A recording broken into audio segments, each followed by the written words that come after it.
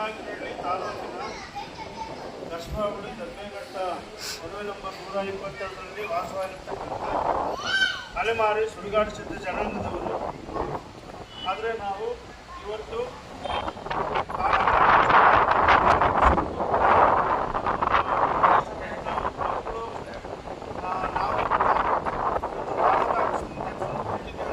ಕಾರಣ ಇಷ್ಟೇ, ನಮಗೆ ಕುಡಿಯೋಕೆ ನೀರಿಲ್ಲದೆ 4 ತಿಂಗಳಾಗಿದೆ.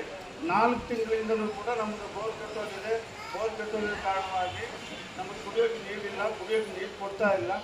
ಸತತವಾಗಿ 4 ತಿಂಗಳಿಂದ ಸತತವಾಗಿ ತಾಲೂಕು ಆಡಳಿತ, ಜಿಲ್ಲಾಡಳಿತ ನಾವು ಪದೇ ಪದೇ ಕೂಡ ಅವ್ರನ್ನ ಮನವಿ ಮಾಡ್ಕೊಂಡ್ರೂ ಕೂಡ ಸಹ ನಮಗೆ ಇವತ್ತು ಇಷ್ಟು ದಿನ ಆದರೂ ಕೂಡ ಕುಡಿಯೋಕೆ ಒಂದು ತೊಟ್ಟು ನೀರು ಕೊಡ್ತಾ ಇಲ್ಲ. ಅಂದರೆ ತಾಲೂಕು ಆಡಳಿತ ಏನಾಗ್ತಾಯಿದೆ, ಏನು ಮಾಡ್ತಾಯಿದೆ, ನಮ್ಮನ್ನು ಸಾಯಿಸಬೇಕು ಅಂತ ಅಲೆಮಾರಿಗಳನ್ನ ಇವತ್ತು ಈ ಮಕ್ಕಳು ಮರಿ ಸ್ಕೂಲ್ಗೆ ಹೋಗ್ತಾ ಇಲ್ಲ. ಸ್ಕೂಲ್ಗೆ ಹೋಗೋ ಕಾರಣ ಇವತ್ತು ನೀರಿಲ್ಲ.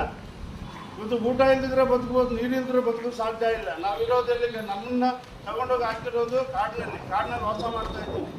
ಅಂಥ ಸಂದರ್ಭದಲ್ಲಿ ನಾವಿವತ್ತು ವಾರನೂ ಕೂಡ 3 ದಿವ್ಸಕ್ಕೆ 4 ದಿವಸಕ್ಕೆ ಬಂದು ಮೇಡಮ್ ಅವ್ರನ್ನ ಭೇಟಿ ಆಗ್ತಾ ಇದ್ದೀವಿ, ಮನವಿ ಮಾಡ್ಕೊತಾ ಇದ್ದೀವಿ.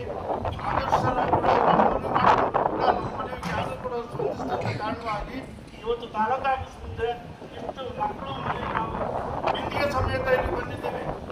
ಆದರೆ ಬರಬೇಕಾದ್ರೆ ನಮಗೆ ನೀರು 4 ತಿಂಗಳಿಂದ ಇವತ್ತು ನೀರಿಲ್ಲ ಅಂದರೆ ಇವರು ನಮ್ಗೆ ಯಾವ ಥರ ಬದುಕಬಹುದು? ಅದು ಇನ್ನೊಬ್ಬ ಕೈಲಾಗದಂಥ ಮುದುಕರಿದ್ದಾರೆ, ಅವರು ಕೂಡ ಅಲ್ಲೇ ಇದ್ದಾರೆ. ಈ ಹಳೆಯ ಮಕ್ಕಳು ನಮ್ಮನೆಗೆ ನಾವು ಕಾಡಿನಲ್ಲಿ ವಾಸ ಮಾಡ್ತಾ ಇದ್ದೀವಿ. ದಯವಿಟ್ಟು ಇವತ್ತು ತುರ್ತಾಗಿ ನಮಗೆ ನಮ್ಮ ಕುಡಿಯೋ ನೀರಿನ ಸಮಸ್ಯೆಗೆ ಇದು ಬೋರ್ ಕೊಡಿಸಿ ಶಾಶ್ವತ ಪರಿಹಾರ ಮಾಡಿಕೊಡಬೇಕು.